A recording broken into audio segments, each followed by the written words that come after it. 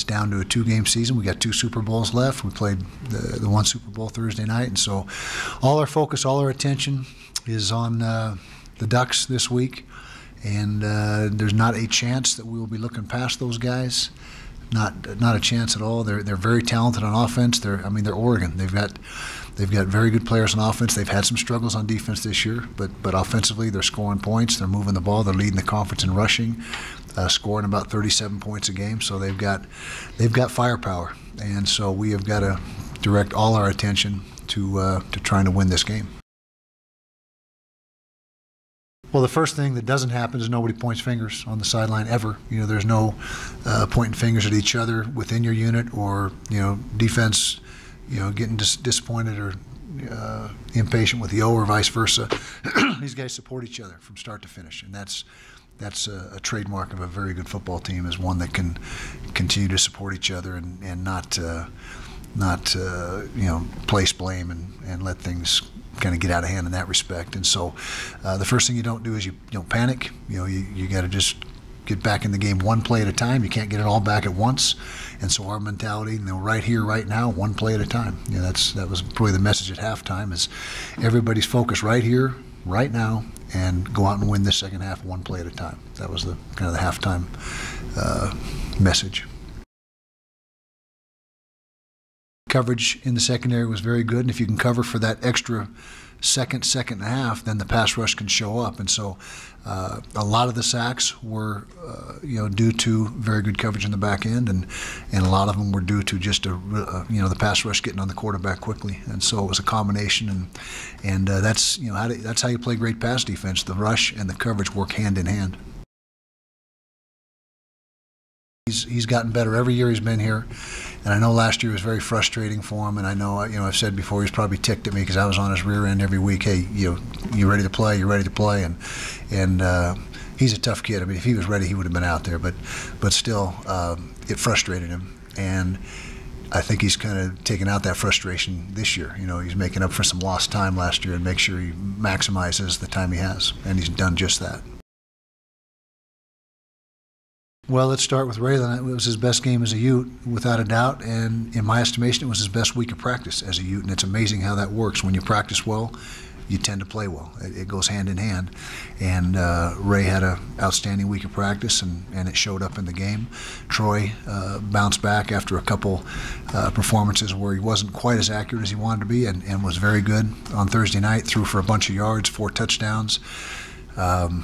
Did a really nice job, took care of the football, no interceptions, and so it was great to see that happen. And Troy's our leader on offense. He's the quarterback. He makes us go. And you talk about what we were talking about earlier as far as the mentality on the sidelines when you get down. His mentality is exceptional when that happens. No panic, just hey, let's go to work and let's get this done. That's who he is. Well, first of all, I've said all year long, I think they're as good a pair of safeties as there is in the country. Haven't seen a pair that I'd trade them for. They complement each other. They both have their strengths. Chase is a safety / linebacker type of a player where he can do so many things with him down in the run game, bring him down in the box, and almost like a third or fourth linebacker depending on what scheme you're in. Marcus is more safety / corner, where he's got great speed, athleticism, great range, and the prototypical center fielder. And so they both fit perfectly into our scheme. And yeah, it does. Having Marcus back in the middle of the field makes life as a corner a lot easier for us, because the corner knows that there's a good portion of the field that is not going to be tested because of Marcus' presence back there. All 3 phases seemed to click in that game. We played exceptionally well offensively, defensively, made a bunch of big plays on special teams. The punt return for a touchdown, that was a play that got a lot of run on TV and through the national media.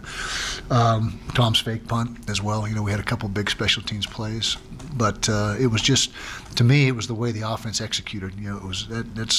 It was almost flawless execution on offense the entire evening from start to finish, and we just played efficiently, and everything was clicking, catching the football. Travis was throwing the ball, well. He was running the football. Everything was going our way that night. they're going to be wanting to avenge that loss. I mean, went into their house and had a big win, and certainly that's got to be on their mind. And so to me, that's the big takeaway for this year is we're going to get their best shot. We know that, and we better be ready. Speed to the perimeter is probably their number one asset, and that's the stretch play.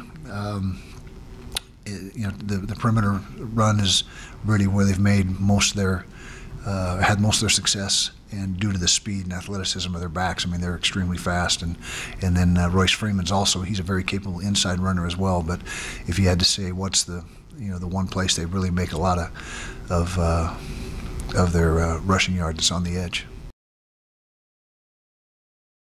First of all, he's a big kid, 6'6", sees the field very well. He plays with a lot of poise for a freshman, and he's a much better runner than you think he would be. He's kind of like Travis. He's got that big, long frame, but still does a really good job in the QB run game, and you can see him growing. Week by week, he's getting better and better, and feeling more comfortable, and they've completely committed to him, and he's their guy.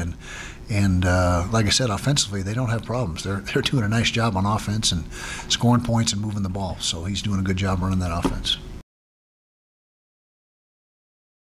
Hey, nope, not in my mind, and I hope it's not in our players' mind. The only thing we got to try to do this week is beat Oregon, because if we don't do that, nothing matters. And so that is our entire focus. And if we start thinking outside of that box, then to me that's a distraction, and you don't need that right now. And so, whatever's going to happen will happen, but all we can control is our part, and our part right now is one thing and one thing only, and that's trying to figure out a way to beat Oregon.